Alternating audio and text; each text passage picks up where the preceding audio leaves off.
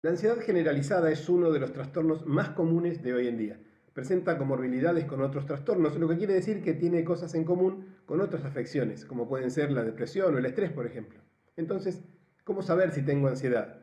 Y si queremos realmente abrir el debate, la pregunta podría ser, ¿es realmente importante saber que tengo ansiedad? Vamos a discutirlo en este vídeo. Empezamos. Hola, ¿cómo estás? Y gracias por estar ahí. Cuando la gente se preocupa en exceso, comienza a sentir eso que llamamos ansiedad. No voy a enumerar los síntomas que produce, aunque baste decir que son sumamente desagradables. Las sensaciones existen, no son una ilusión. La preocupación también existe, obviamente, tampoco es una ilusión. Es más, el hecho que causa esa preocupación, el hecho que es el disparador inicial de esta preocupación, también existe. Pero lo que deben saber las personas que padecen este exceso de preocupaciones, esto que llamamos ansiedad, lo que deben saber antes de iniciar cualquier tratamiento es que la ansiedad se encuadra dentro de lo que llamamos distorsión cognitiva. En otras palabras, la ansiedad tiene su origen en la forma en que interpretamos lo que nos pasa, en qué significado le damos a eso que nos pasa, y a un proceso de acumular y rumiar en nuestra cabeza los pensamientos negativos una y otra vez, hasta que ya no salen de nuestra mente y se convierten en el pensamiento dominante, se convierten en lo único a lo que podemos prestar atención.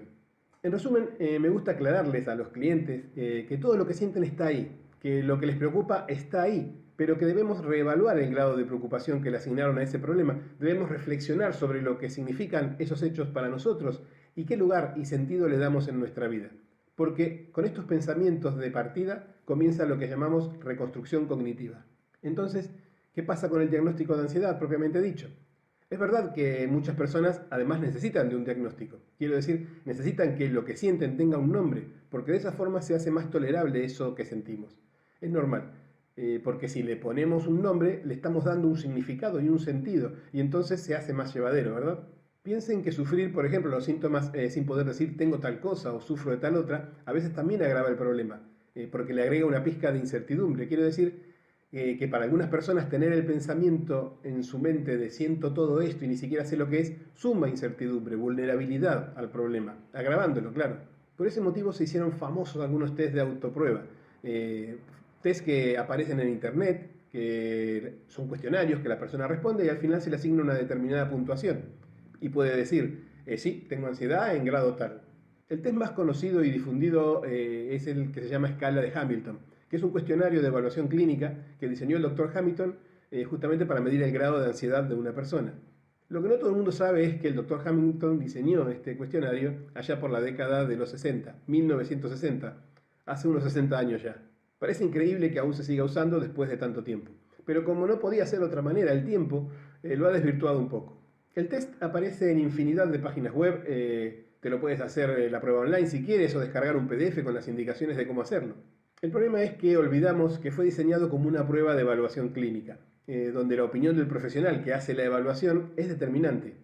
Obviamente, si el test te lo haces a ti mismo, faltará esa evaluación del profesional, por lo que no estará completo. Bueno, como sea, hacer la prueba es muy sencillo. Te haces unas preguntas sobre determinados síntomas y las valoras entre 0 y 4 o entre 1 y 5 según la versión. Donde el valor más bajo es el que asignas cuando no percibes el síntoma que te dice la pregunta y el más alto es el que asignas cuando sientes efectivamente ese síntoma. Al final se suman todos los puntajes que has hecho en cada pregunta, miras en la escala que provee el cuestionario y te encuadras en un determinado rango. Y ese rango te dice qué grado de ansiedad tienes. No hay magia en esto, es así de simple. Es un cuestionario con preguntas, no hay más. Para que veamos de qué estoy hablando, vamos a repasar las preguntas del cuestionario que inventó el doctor Hamilton y después matizamos algunas cosas. Si quieren hacer el test, dale pausa, busca papel y lápiz y continuamos. Anoten un valor entre 0 y 4 como respuesta para cada pregunta y al final lo sumaremos todos para ver en cuál rango se encuadran. Recuerden que es un 0 si no tienen nada de ese síntoma y entre 1 y 4 si reconocen el síntoma y cuanto más intenso sea ese síntoma, más cerca del 4 deberán poner el valor. Empezamos. Pregunta 1. La pregunta es para que evalúes lo que se denomina mente ansiosa. Preguntas del tipo, ¿tienes preocupaciones constantes? ¿Anticipas siempre lo peor? Cosas de ese tipo. Pon un 0 si nunca te ha pasado y un 1, 2, 3 o 4 en función de lo que sientas que te pasa. La segunda se refiere a la atención general. Si te sientes con ganas de llorar, si te sientes bajo presión extrema, siempre en estado de alarma, tienes temblores incluso debido a esto. La tercera pregunta inspecciona tus miedos. ¿Tienes miedo a estar solo? Tienes miedo a la oscuridad, miedo a que pase algo, etc. La cuarta es la que te pide que te preguntes cómo es la calidad de tu sueño, cómo duermes. Recuerda que si duermes bien, tu puntaje será cercano al cero y cuanto peor sientas que duermes, te acercarás y pondrás un 4. La quinta se centra en los problemas cognitivos. ¿Tienes dificultad para tomar decisiones, por ejemplo, o para reflexionar, o tienes dificultad para concentrarte? La sexta te pide que evalúes tu humor. ¿Te sientes con desánimo, con negatividad? ¿Te sientes con irritación? La séptima empieza con los síntomas físicos. Sufres de bruxismo, eso apretar los dientes, rigidez en el tono muscular, dolor muscular generalizado. La octava aplica al tema sensorial. Por ejemplo, visión borrosa, zumbido en los oídos, sensaciones de frío o calor, sensación de debilidad. La novena investigará sobre síntomas cardiovasculares. Sientes que tienes taquicardias, que te agitas con facilidad. La décima toma en cuenta los síntomas respiratorios, como sensación de falta de aire, el ahogo, por ejemplo, ¿no?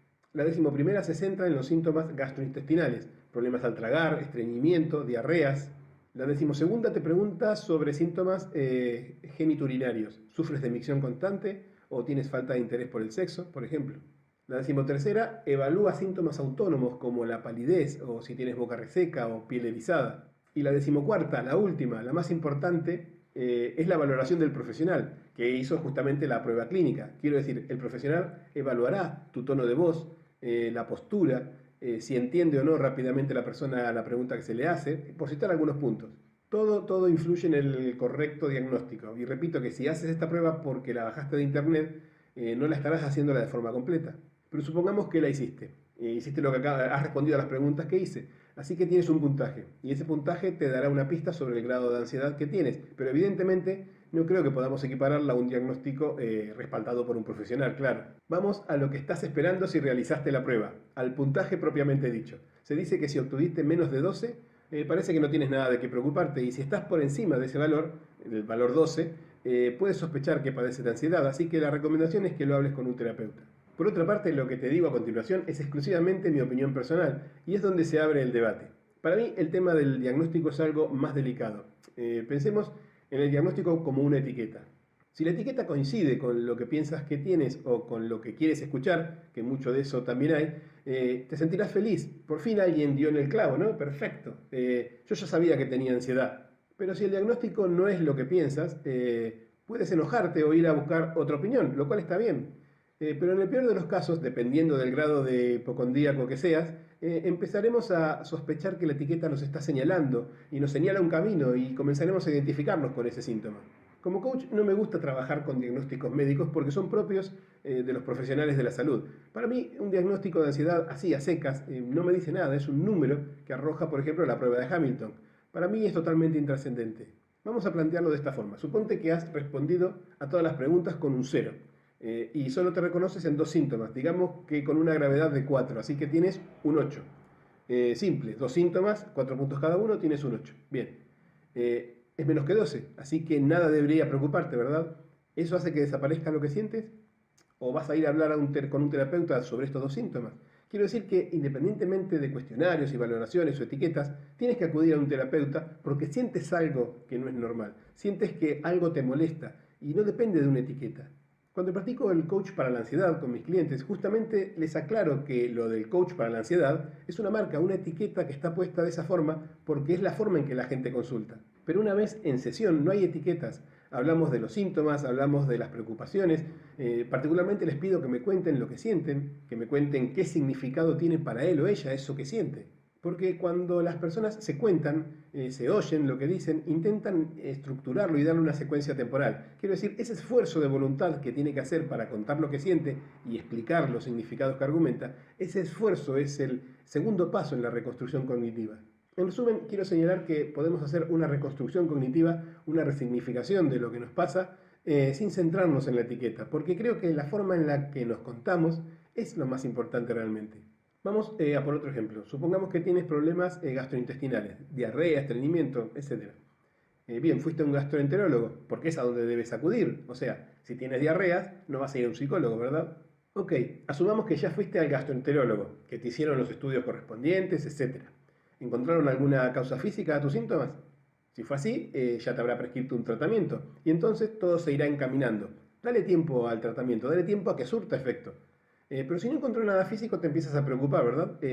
Te preocupa justamente porque la incertidumbre es uno de los potenciadores de los miedos. Parece fácil entonces etiquetar ansiedad y ya está. Pero este enfoque no puede ser válido para todas las preocupaciones. Yo digo, vamos a hablar de tus síntomas. Hablemos de lo que sea que sientes. Recuerda que ya acudiste a un médico y descartaste causas físicas. Entonces, reflexionemos juntos. Tus síntomas son lo importante. ¿Cuándo ocurren? ¿Detectas algún desencadenante? ¿Cuándo ocurren con más frecuencias? ¿A qué los asocias? ¿A discusiones? ¿Problemas laborales? No sé, hay tanto de qué hablar que me quedaría corto de minutos. Quiero que te des cuenta de que la etiqueta pasa a segundo plano y a veces no es tan importante. Porque lo que de verdad es importante es cómo te cuentas, qué significa lo que sientes. Porque ese es el material con el que haremos la reconstrucción cognitiva. Con ese material vamos a hacer esa revalorización de consecuencias. Con eso que cuentas vamos a pasar por inspección todo el significado que tiene para ti lo que te pasa. Puedes complementar este vídeo con el otro donde te explico lo importante que es la interpretación que hacemos de lo que nos pasa. Te dejo por aquí el enlace. Te invito a que me sigas viendo en esta lista de reproducción y descubramos cuál es para ti el mejor tratamiento. Olvídate de las etiquetas y piensa en qué significan las cosas que te pasan.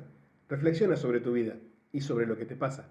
Háblalo con un terapeuta. Solo me queda darte un enorme gracias por la atención y por haber llegado hasta aquí.